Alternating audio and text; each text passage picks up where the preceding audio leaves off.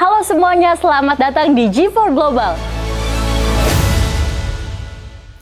Kali ini kita akan membahas isu yang lagi booming nih. Kalian tahu nggak sih, baru-baru ini masyarakat Maori menarik perhatian dunia melalui media sosial dengan menarik hak untuk memprotes RUU kontroversial yang diajukan oleh Partai Libertarian Act di Selandia Baru.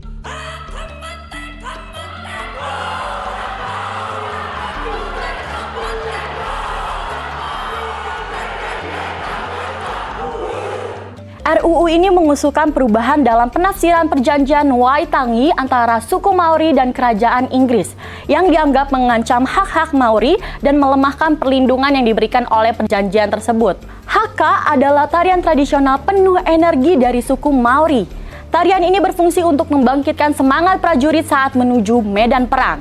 Tarian Haka juga digunakan untuk menyampaikan emosi seperti persatuan, kebanggaan, atau tantangan. Kini, tarian tersebut tidak hanya tampil dalam konteks tradisional, tetapi juga dalam acara modern, termasuk aksi politik dan simbol perlawanan. Selain Haka, masyarakat Maori juga menggelar aksi Hikoi, pawai protes yang dimulai dari wilayah utara Selandia Baru dan berakhir di ibu kota Wellington, untuk mendukung hak-hak mereka dan menentang RUU yang dianggap mengancam perjanjian historis mereka dengan kerajaan Inggris. Fenomena ini menunjukkan pentingnya mempertahankan keanekaragaman budaya dalam pembuatan kebijakan. Di era globalisasi, melestarikan identitas budaya lokal adalah cara melawan homogenisasi budaya. Mengintegrasikan budaya tradisional ke dalam parlemen menegaskan bahwa masyarakat adat bukan hanya bagian dari sejarah, tetapi juga memiliki peran aktif di masa kini dan masa depan. Aksi protes ini mencerminkan inklusivitas di mana keberagaman budaya dihargai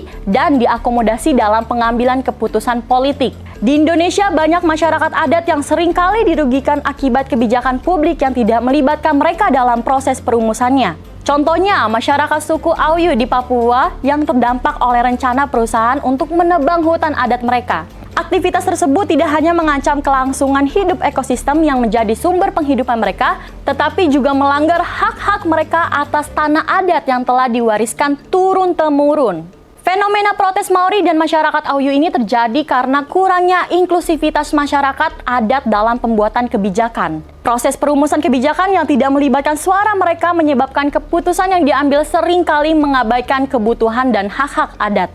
Ketidakhadiran mereka dalam diskusi kebijakan juga sering menghasilkan keputusan yang lebih mengutamakan kepentingan komersial atau pembangunan yang mengorbankan keberlanjutan budaya dan lingkungan adat. Inklusivitas budaya di parlemen penting untuk memastikan keberagaman kelompok sosial dan identitas dihargai dalam proses pengambilan keputusan politik. Parlemen yang inklusif menjadi platform untuk memperjuangkan hak kelompok minoritas, termasuk masyarakat adat dan perempuan. Dalam konteks internasional, inklusivitas ini sejalan dengan deklarasi PBB tentang hak-hak masyarakat adat dengan memperjuangkan inklusivitas. Parlemen tidak hanya menghasilkan kebijakan domestik yang lebih adil, tetapi juga membangun citra internasional sebagai negara yang menghargai keberagaman dan kesetaraan serta hak asasi manusia yang merupakan dasar hubungan internasional modern. Bagaimana pendapat kamu tentang pentingnya inklusivitas budaya dalam pembuatan kebijakan?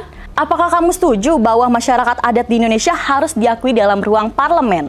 Berikan pendapat kamu di kolom komentar ya. Ada topik lain yang ingin kita bahas? Jangan ragu untuk share di kolom komentar. Jangan lupa like, subscribe, dan komen mau bahas isu apa lagi. G4 Global, level up your global knowledge. Stay curious, stay global. Sampai jumpa di episode selanjutnya.